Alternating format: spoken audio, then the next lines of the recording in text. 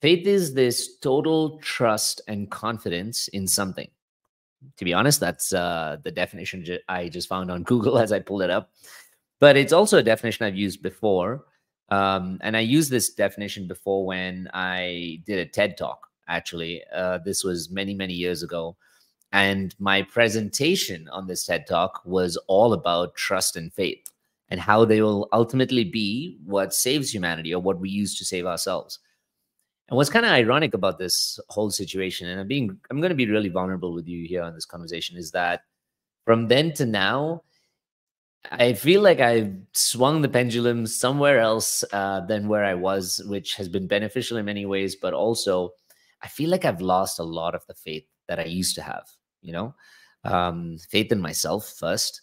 And I think the faith that I had in the universe and that everything would work out. Now, you may find this ironic and strange because I teach people all around the world.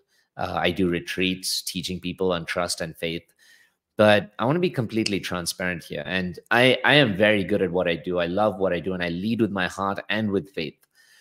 And yet the faith that I had a little while earlier, while still an adult, it was so powerful and it was so trusting in the universe. It had so much of flow. It had so much of worrylessness.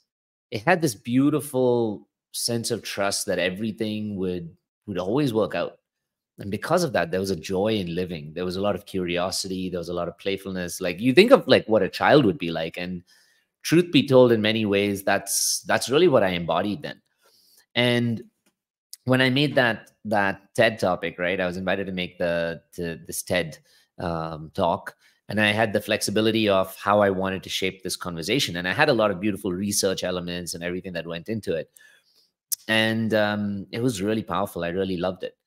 Then since then, life takes over. I remember one time there was this ex who said to me, it was around the same period of time. And she was living a life, she was older. She was living a life which had so much structure and discipline and control of everything. And I was always so playful and joyful and light. Truth be told, I was on the wrong, and I was too far in the extreme also, if I'm admitting this, because I didn't actually have enough discipline and structure to create what I wanted. But I did have a lot of that playfulness and that faith. But when she was talking to me, I remember one time she looked at me, she's like, "You're always so playful and happy and joyful." And I was like, "Yeah, that's who I am." She's like, "No, you're just not jaded by life yet." And I took offense to listening to that conversation of what she said. "I'm just not jaded by life." It's like, what do you mean?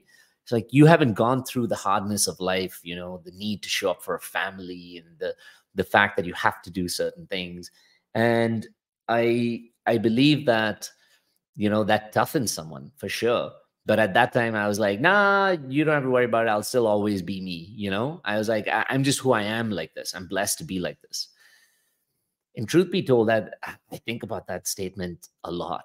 I think about it a lot because I investigate and look at my life now today as, yes, someone who is a spiritual teacher, and my goal as a spiritual teacher, rather than my responsibility as a spiritual teacher, is to always be the best version of myself and stay true to my practices so that I can honestly and integrally give people. But that's not always easy. And even as this human being and this spiritual teacher that I am, I look at my life and I see areas where I'm controlling. I see areas where today, how I've actually started to become a little more jaded, as what my ex talked about, because I give myself this excuse that life is hard sometimes. You've got to be overly responsible. You've got to take care of your wife now and your house and everything. And I do. But I do it in a place that comes more out of fear than that comes out of faith and love that it'll all work out. And especially in the last, I would say, many months, my faith has really, really been tested. My faith in myself, my faith in life, in that things will always work out.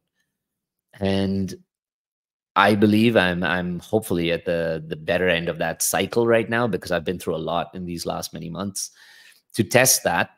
And I think I'm coming out of it really learning the lesson that I needed to, because I think that's why we go through the cycles we do. If you don't learn the lesson, you're going to keep going through that cycle over and over and over again, like a washing machine, right? Until the clothes are clean, the washing machine, you're going to keep getting it to wash and wash and go through the cycle and cycle and cycle of like rinse and repeat, rinse and repeat, rinse and repeat. And there's no drying out, or clean clothes that happens. So I think that's the cycle that I was, going through, because I lost a lot of those values that I really held on to at that time when I was younger. And I look at who also I was at that time. And I still am a very serendipitous, optimistic person. But at that time, I was very playful with life. I was very creative. I would go after fucking anything, and I would tell myself that I deserve to have this. I'm going to go after it. And truth be told, again, 80% of those things didn't really work out, but I didn't seem jaded or affected by it.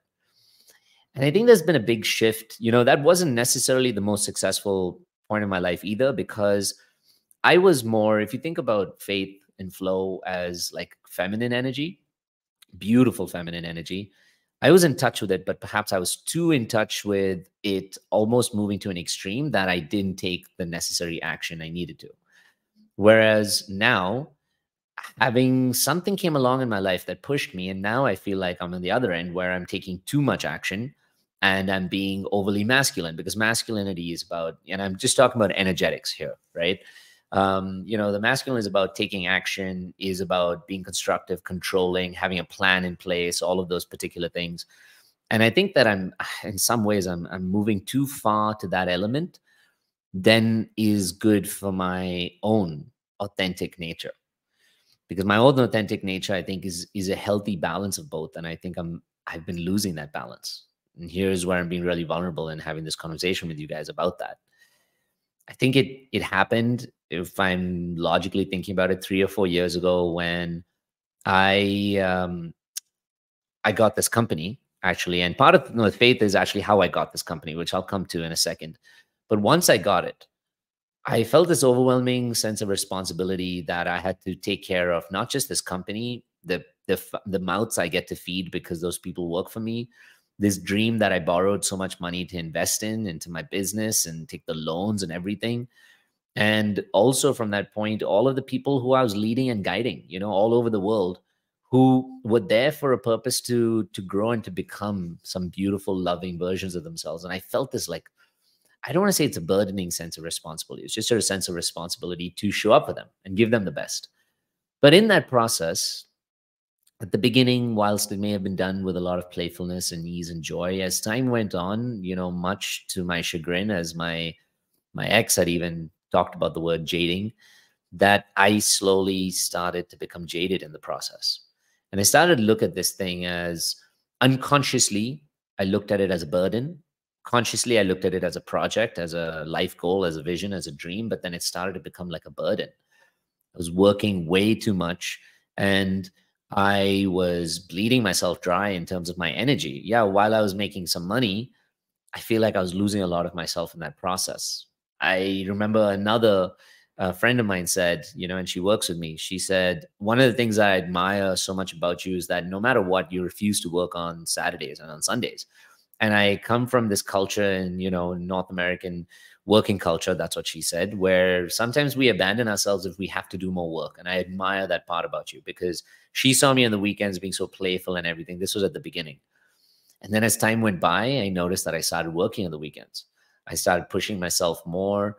I started to, spend more hours at work, constantly justifying this forced action that I had to take, because I would keep saying to myself, no, I have to do this for the business. The business needs to be saved. The people need to have their healing. I need to put out content because that's how, it is. And you've got to keep going. And the sad part is, I remember calling my dad one day, and I love my dad. Our parents always show up for us the best that they can, I believe, with what they have. And sometimes they don't have enough to show up with. And I don't mean money, I mean love. They don't have enough of their own love. And so they show up for us with the minimal amount that they get. And we expect naturally the full amount that a child or a baby needs, but we don't actually get that. So then we now have a minimal amount, or whatever amount they can give us. And we continue our lives and our stories, and we give that to our kids and our partners and everybody else. And so everybody's really just getting a wounded amount of love, in this generational trauma cycle, circle, or linear, whatever way of living that it is. And so I called my dad, who is a successful entrepreneur.